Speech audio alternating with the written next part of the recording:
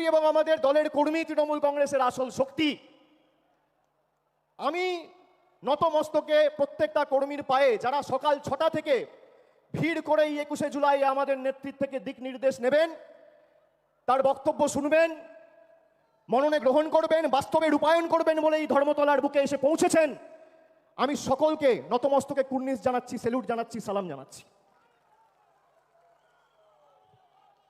2024-এর 21শে জুলাইয়ে আমরা বলেছিলাম যে 26-এর যে লড়াই আছে আপনারা প্রস্তুত হন, সকলকে ঐক্যবদ্ধ হয়ে প্রস্তুত হতে হবে। আপনারা দেখেছেন আজ থেকে ঠিক 16-17 মাস আগে 2024-এর নির্বাচনের প্রাক্কালে তৃণমূল কংগ্রেস ব্রিগেড চলো সমাবেশের ডাক দিয়েছিল।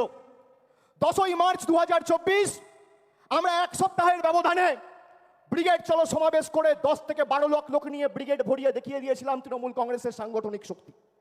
সেই দিনকে তৃণমূল কংগ্রেস বলেছিল জনতার গর্জন, বাংলা বিরোধীদের বিসর্জন। এই বিজেপিকে বাংলা বিরোধী প্রথম কে বলেছে? তৃণমূল কংগ্রেস বলেছে, মমতা বন্দ্যোপাধ্যায় বলেছে, আমরা বলেছি। সেই দিন আমরা যে ডাক দিয়েছিলাম জনতার গর্জন, বাংলা বিরোধীদের বিসর্জন, সেটা শুধুমাত্র একটা পলিটিক্যাল স্লোগান ছিল না, সেটা ছিল বিজেপির আসল চরিত্র উন্মোচন। যে বিজেপি 2019 সালের নির্বাচনের প্রাক্কালে এই উত্তর কলকাতায় ঈশ্বরচন্দ্র বিদ্যাসাগরের মূর্তি ভেঙেছিল, যে বিজেপির নেতারা কবিগুরু রবীন্দ্রনাথ ঠাকুরকে বামপন্থীর প্রোডাক্ট বলে, যে বিজেপির নেতারা বাংলার কৃষ্টি সংস্কৃতি নিয়ে তাচ্ছিল্য ব্যঙ্গ বিদ্রুপ করে, যে বিজেপির নেতারা ইলেকশনে ময়দানে লড়াইয়ে জিততে না পেরে গরিব মানুষকে ভাতে মারার পরিকল্পনা, ষড়যন্ত্র, নির্লজ্জ প্রচেষ্টা করে বাংলার মানুষের টাকা গায়ের জোরে গাজোয়ারি করে আটকে রাখে, সেই বিজেপির একটাই পরিচয়, এই বিজেপি বাংলা বিরোধী। আজকে যদি কেউ বাংলায় কথা বলছে, কিসের এত আপনাদের গায়ে জ্বালা, কেন এত গাত্রদাহ? বাংলায় জিততে পারেননি বলে। আমি তো আগের মাসে সভা করেছিলাম ডায়মন্ড হারবার থেকে, বলেছিলাম 50 পেরোবে না বিজেপি।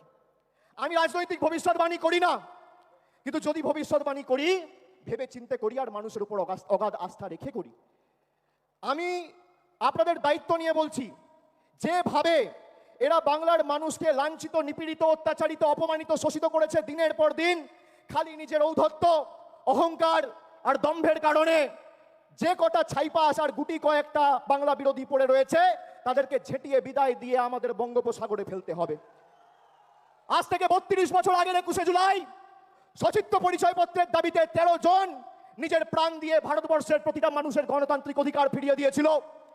2025-এর 21শে জুলাই আজও যদি ইলেকশন কমিশনের কারচুপি রুখতে তৃণমূল কংগ্রেসের কর্মী সমর্থকদের রাস্তায় নেমে প্রাণ দিতে হয়, আমরা দেবো। দরকার হলে মমতা বন্দ্যোপাধ্যায়ের অনুমতি নিয়ে দিল্লিতে বৃহত্তর আন্দোলন তৃণমূল কংগ্রেস করবে। বাংলার ভোটার লিস্টে আমরা কারচুপি করতে দেবো না। আর বিজেপি দলকে বলে রাখবো, মাইকের আওয়াজ যত দূর যাচ্ছে বাংলার মানুষের ক্ষমতা আপনারা দেখেছেন। 100 দিনের গরিব মানুষের টাকা আপনারা গায়ের জোরে বন্ধ করে রেখেছেন। আমরা দিল্লিতে গেছি আন্দোলন করতে, জনজাতি, মূলবাসী, তপশিলি জাতি, উপজাতি সম্প্রদায়ের প্রতিনিধি, জনপ্রতিনিধি চুলের মুঠি ধরে মহিলাদের টানতে টানতে, ছেঁচড়াতে ছেঁচড়াতে আপনারা কৃষি ভবন থেকে দিল্লি পুলিশকে দিয়ে বার করেছে। তার জবাব পেয়েছেন 2024-এ।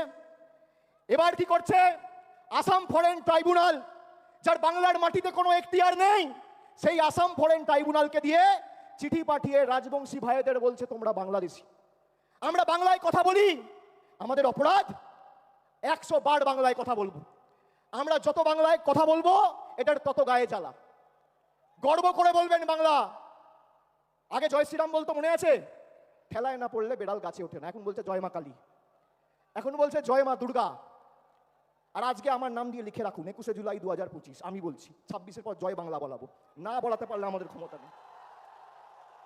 আরে এটাই তো তৃণমূল কংগ্রেসের জয়, এটাই তো বাংলার জয়। যে বাংলার মানুষকে ভাতে মারতে চেয়েছিলে, আজকে সেই বাংলার মানুষের পায়ে মাথা ঠুকে জয় মা কালী, জয় মা দুর্গা বলতে হচ্ছে।